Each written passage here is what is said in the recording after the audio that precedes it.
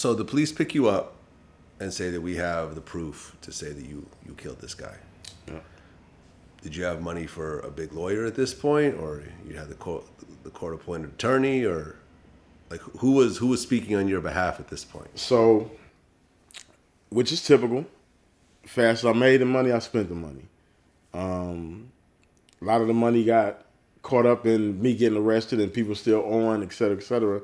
And so I ended up with a court-appointed attorney, which is common. Actually, the reality for most guys get caught up in the streets. Which is the worst type of attorney for you to have? It's the worst, absolutely. And not because they're bad people, but because the reality is they're overburdened with 90 cases that they're basically doing for free. And, you know, when you look at our system, how it's currently set up, 90% of people take plea deals, you know? And when you go look at the reason why, you understand. It's like, do I run the risk of going to court with this guy and get sentenced to life in prison, or do I take these numbers and get an opportunity to get out again? And so I ended up with this lawyer who wasn't advocating on my behalf in the real way. And not to say that I would have been found not guilty. I mean, like I'm honest, like I shot this person, you know. But there were mitigating circumstances that, had I had a skilled lawyer, would have been able to identify and recognize, okay, here's the things that's actually playing out. And it's not like it was just this guy out to shoot and kill somebody that night. And so, you know, I ended up pleading. So I got charged with open murder, but I ended up pleading to second-degree murder and got sentenced to 15 to 40 years for the murder and 2 years for the gun. So a total of 17 to 40 years. So you're 19 years old. 19. And they're telling you that you could do 40 years. Yeah. You're going to come out when you're almost a senior citizen. Yeah. And you took this plea deal. You didn't even try to fight it because you felt like this was, because you were otherwise facing death. I mean, was there a death penalty? No, it was life. Life in prison. Yeah, life in prison. Okay. And so I took the plea up under the advice of my attorney, who told me that I wasn't likely that I would get any more than 10 years. You know, and that's what happens also when it comes to. Well, how do you not get any more than 10 if you just got sent? If you're taking a plea deal for 17 or 40? Well, the thing is, there was no numbers. It was basically pleading with the expectation that I wouldn't get. You know what I'm saying? Okay, so you're pleading to second-degree murder, and then the judge decides what right, that amount is. Right, and it's based on, you know, they give you the guidelines. Okay, here's the maximum he can sentence. Here's the minimum, and then somewhere in between, it's the lower end of the guidelines, higher end. And, you know, my lawyer, he was like, yeah, you can get the lower end guidelines, probably be out in about 10 years with good time. You know, and that's what happens to young kids when they're caught up in this culture, trying to be an adult, but then can't really understand adult consequences and adult realities and know how to advocate on their own behalf. So you're trusting a person who's a paid professional. I mean, now I understand what a court-appointed attorney is. At 19, I don't understand that this guy got a caseload with 90 different people. You know what I'm saying? Because that's the other part of it we don't really think about, right? Is that you're going in, so you've been living this experience in the streets, growing up, and thinking you're grown, but not really understanding how the adult world really works, and not really understanding how the adult system really works.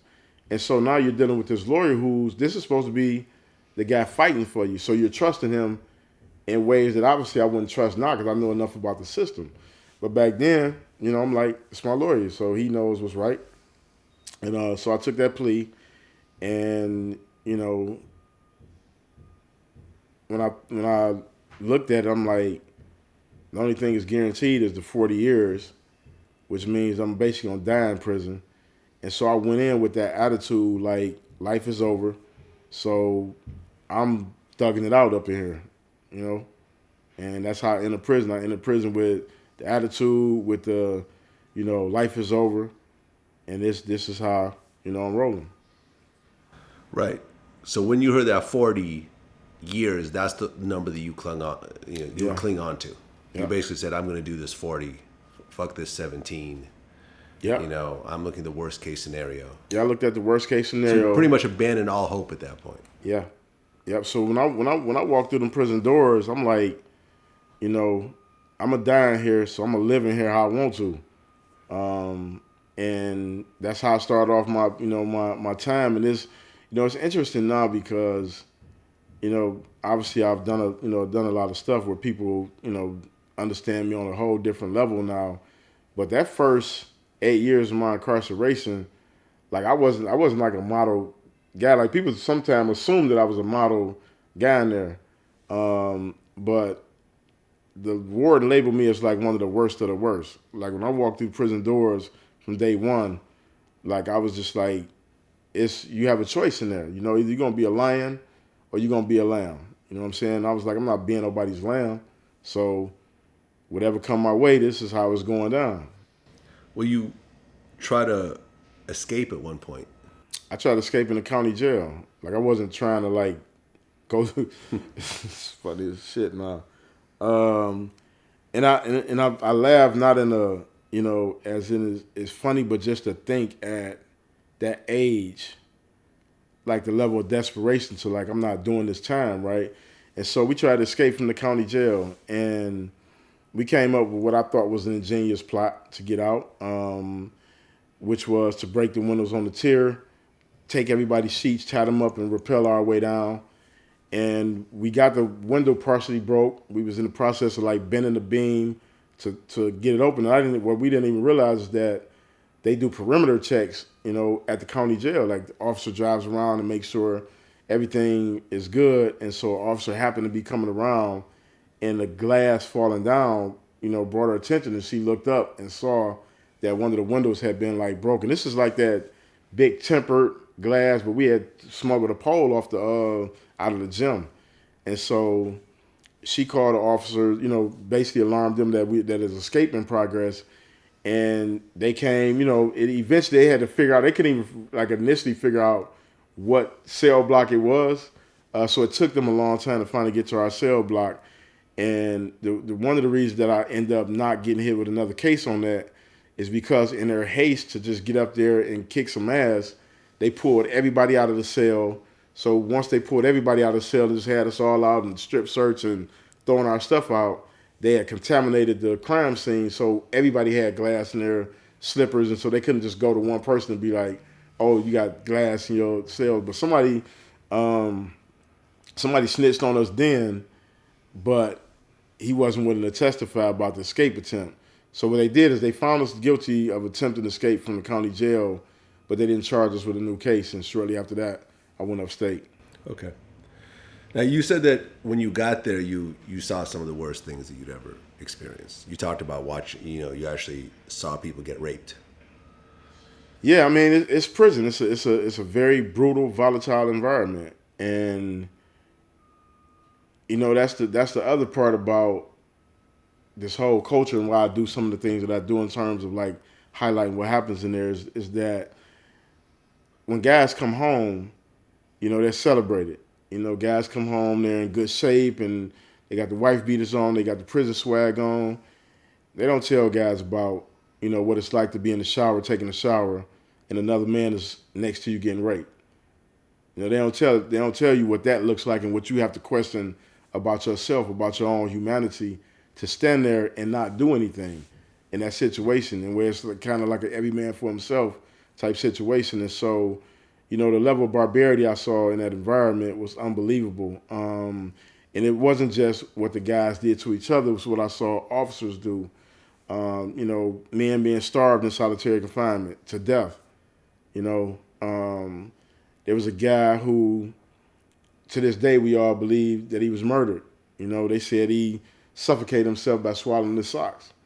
We don't believe that, because we know what happens in solitary confinement when they come in and beat you and chain you down to a bed, and you in your own vomit, you in your own blood, basically drowning, or you're being starved to death, or you're being stuck in the cell where it's so hot that you die from heat exhaustion because nobody will give you water, and they cut the water off to your cell. And so, there's things that I saw I wish I could unsee at times, but it's also those things that, inspire my work, because I believe we have a responsibility as a society to be transparent about what's happening in our system, because you can't expect people to go through that and then come out here and play nice with everybody else. Like it's not a logical outcome. I'm one of the fortunate ones, Well, during the time that you were in prison, you had 36 disciplinary citations. Yeah. So you were getting into a lot of trouble. Yeah, I mean, and they range from everything from assault. I've had several assault on staffs, several assault on inmates, dangerous contraband, substance abuse. You threw, I guess, hot food in someone's Yeah, face. assault on. Yeah, yeah. Guy was. You ended up burning his face, basically. Or? Yeah, so this guy was. I was working. I was the foreman on the child line, and this guy was. He's coming through complaining about the food. He was slowing the line up. And, I'm asking the guys on the line, I'm like, yo, what's the hold up with the line? They like, yo, dude's standing at the window, he just tripping, right? So I tried to initially, I'm just trying to accommodate him, like, yo, what's the problem, bro? Because, we know how it is when you're hungry. Everybody don't got commissary. We want to make sure we take care of guys within reason without, getting fired or whatever. And so I'm trying to accommodate the guy, and he just go off on this, tirade, you bitch ass motherfuckers working the kitchen. Y'all think this y'all shit, blah, blah, blah. And I'm like, bro, I'm just trying to move the line along, trying to make sure you good. Fuck you, hoe ass nigga. I'm like, all right, I'm like, bro, let me hook you up. I got you. You know what I'm saying? So basically what I did is I took a whole bunch of hot ass gravy and mashed potatoes, put it on the plate and caught him up to the window and slapped him with it. And then he ran and he told. I'm like, how are you going to run the tail after you was just talking all this tough talk, So I got charged with assault for that. I was took to solitary confinement. But that was life in the prison. That's the mindset I was in. Like I was in that angry. Like I'm looking for a reason anyway. Like you just gave me a good enough reason to slap you. So, that was the mindset I was in, and that's what happens when you're trapped in this ball of anger. It was the lack of wanting to take responsibility. Like I wanted to blame everybody else for why I was in prison. I didn't want to look at myself. And so the easiest thing was just to be angry and get in more trouble. And like I said, that ranged from I robbed the guy in the cell, and that turned from a robbery to assault on him to me assaulting a staff member. I was like 19. I got sent up to maximum security. I started off in close security, which is like one step beneath maximum. I was in maximum security my first year in prison. And, when I got there, they was just like, they wouldn't even allow me to work. They was like, you out of control, because I wouldn't listen to the officer. I'm like, dog, you can't tell me what to do. And so a lot of the misconducts is just rebelliousness, is hurt. And the older guys, they would just always come to me and be like, man, like little bro, just chill, man. You gonna get out one day, And I didn't believe them. I'd be like, man, I'm gonna die in here. And they was like, no, we gonna die in here. Because we've been in here since we've been kids. We got natural life. You got numbers, Like them guys was my saving grace, you know what I'm saying? Like, now a lot of them dying in prison. Never got a second chance. They've been in there since they've been kids. And without them, there's no me. There's no, and not just me. When I say me, I'm talking about the guys that you see come out here that's actually doing something positive, that's doing something meaningful. It's because of those guys. Like them guys stood up and was like, we see something in you redeemable. Like even though the world not gonna give us a chance, we're gonna make sure you have whatever you need to get a chance to make sure other guys don't come in here, And so they just saw something in me, man, that was, I didn't even see in myself. They was like, bro, you're a leader, you smart. They like, you can read. Like, it's like a lot of these cats can't even read. Right, because the average reading level in prison is what, like third grade or fifth grade? Third grade. Third grade. I was a tutor in there. It was mind-blowing. Like, to see the test scores. And it wasn't that these guys... These are grown men, middle-aged men that's been in prison for years. That read at a third grade level. At a third grade level. And that's been in GED and that's the average, which means that half of them can't read at all. Can't read at all. Yeah. Can't read at all. And so, like... It's like, how do you function in society when you can't read? Right. It's like, even if you get out, what do you do? What do you do? Yeah. Yeah. So let's talk about the solitary. Yeah. So you're getting a lot of write-ups, and you're getting into you're having a lot of problems in prison. Yeah. You end up doing 7 years in solitary confinement total. Yep. So total 4.5 years consecutive. Yeah. So in 1999, I got into a conflict with an officer, and I ended up beating this officer, almost to death. Like he almost died in front. They had to save his life in front of the unit. Now that wasn't my intention, but when I punched him, what happened was I punched him in his neck and broke his tracheal. So they had to perform an emergency tracheal in front of the unit. So they take me to solitary confinement, sentenced me to an additional 2 years in prison, and an indeterminate amount of time and an indefinite amount of time in solitary confinement. And so I go in October 1999, and I'm thinking I'll probably be out in a year, 2 years. 'Cause that was the most I did in the solitary at that point.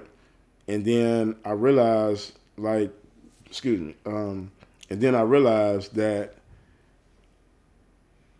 this was a lot more serious, And like I had a neighbor who had been in there. I went in '99. He had been in at that time since like '86. He's actually still in solitary confinement now, like literally, I had another neighbor who was like on his like 8th year of what turned out to be 10 years. He's actually one of the dopest dudes. I know he's out of prison now, doing a lot of stuff on the legal, like in law. He's a really smart dude. So I'm in this environment, and it is the most insane world you can imagine. Describe how bad it is being in solitary. So, first of all, you're in this little cell, 6x9 maybe, whatever the standards is for it to not be considered torture, and it's complete chaos, literally all day, because the level of mental illness is mind blowing. Like, are you there by yourself? Because So I know I'm in a cell. sometimes in solitary they put someone there with you, right? See, they only do that when guys like I was in maximum security, so that's like we call that like y'all playing. That ain't that's like the minor leagues, Okay. Because it's a different level. They not putting if they know that you really if they consider you like a really violent person, they not putting you in a cell with nobody. I'm not even. I mean, honestly, I wouldn't even let nobody stay in a cell with me in solitary confinement, even if they would have tried to. So that was a whole nother thing. It's like you can't cell with me, man. I'm in solitary confinement already. Like I'm locked up. We're gonna be locked up in here 23 hours a day. No, that ain't gonna work. But I was in maximum security where it's one man cell. It ain't no, you're gonna have a cell buddy to lean on. No, you got to do this yourself. And so I was in maximum security at Oaks Correctional Facility. I think it's now close custody. It used to be maximum security, and it's 23-hour lockdown, 5 days a week, 24-hour lockdown, the other 2 days a week. We got 3 showers a week, and 3 showers. So that's wow. So you're not showering every day. You're showering every other day, basically. Yeah, every other day. And a lot of times you might not even go because it depends on where you at when they run the showers. If you at the end, by the time you get to the end, showers is ice cold and they super filthy because they don't clean the showers out in between guys taking showers. So you literally in there with guys who shaving and just slapping, they beard and blood and all that on the wall. Guys blowing snot on the wall, whatever they doing, and then that's where guys wage war at. So they throwing shit on each other. And if they throw shit on each other, they'll come in and clean that up. But they half do it because there's other guys that got to come clean it up, right? So a lot of times you're not even going to the shower. So you may do 1 shower a week if they start at your end of the tier. You get recreation in this little dog cage, like literally it's like a dog kennel. They walk you out handcuffed with your handcuffs are attached to a dog leash. And so when you come out for yard, you get searched. They put the handcuffs on you, walk you out with this dog leash to a dog kennel. And it's where it's like literally 8 guys on one side, 8 guys on the other side. And a lot of times you don't even want to go out there because that's when like the feces war, the shit wars like really go down, right? So they throwing shit and piss. But in addition to that, like the officers don't like taking people out there because they don't, they got to deal with, the biohazard reality of being out there. So they really don't want to take you out. So what they'll do is like in the wintertime, like I'm from Michigan, I'm from Detroit. And I was in, the western part of Michigan, up like off Lake Michigan, so super cold. But like one time they took us out the yard. Now we were only supposed to be out there for like an hour. And if you grew up in the cold, you can endure an hour of cold because that's what you're used to. They left us out there for hours, like literally with nothing but thin state jacket on and the thinnest shoes. Like my feet were so froze that I literally thought that I was going hypothermia or whatever, And I think that was one of the moments where I almost felt like I might break because I felt so powerless that I can't even get these people to come out and do their job and get me out of this cold. And like I'm literally like we all standing there like froze, just like, and they looking out the door, they laughing and joking like, y'all ready to come in yet? And then they slam the door back, you know.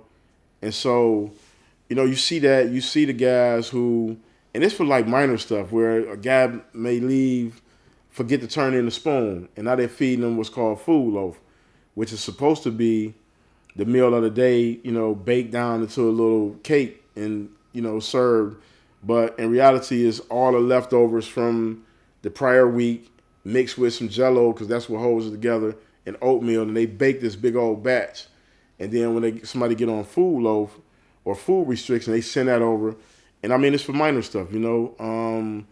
Guys get into a conflict with the officers, and the officers come with and do a cell extraction where they bring 6 officers with pepper spray. And when they spray the pepper spray, that hits everybody. So now you in your cell choking, you know. And I mean, this guys who've had asthma attacks because they've been in there when they, you know, do the cell extraction with the pepper spray. And I think the thing that the craziest thing, I won't even say crazy, I would say the most desperate thing I've witnessed being in there is when a guy like 2 cells over set himself on fire. Set himself on fire? Yeah. Well, he just managed to smuggle in like some matches or a lighter. And I don't know how. I mean, like you don't need matches to start a fire in prison. As long as you got electricity, you got a lighter. You can. Oh. Yeah. Okay. You can always make a light. Anything that's electric, you can make a light out of. Okay. So I'm not sure how he got what he needed to set himself on fire. But what happened was the officers was just harassing him because he was a homosexual. He was outwardly homosexual, and they would just come through and just harass him. And literally one night, it was like after the regular, you know, they had cut the power off, and he started off just saying what sounded like a prayer in Spanish, like really, really loud. And then all we smelled is like smoke and, you know, burning whatever he was all burning, you know. And I don't know the severity of how much he burnt himself up. So he does that. They take him out of the cell. And literally, within like a couple of days, he's back in the cell. And so he set himself on fire again, and a female officer, a woman officer, so he set himself on again, and a woman officer happened to be coming down the tier, and she got the fire extinguisher and it literally like put him out. And then they took him out and we never saw him again. But I mean, the level of desperation, you know, we got the guys what we call cutters, which are guys who literally just cut their flesh up with whatever they can get their hands on, just so they can get taken to the hospital and have human contact with a nurse. And so that's solitary confinement. And that's every day, though. It's not like it's one day where it's, you know, where it's chill. Like, this is every day. It's an incident. Every day is chaos. Every day is something that makes you question your own humanity, your own sanity. And, you know, that happens. And you're stuck in there 23 hours a day with no way to escape or get out.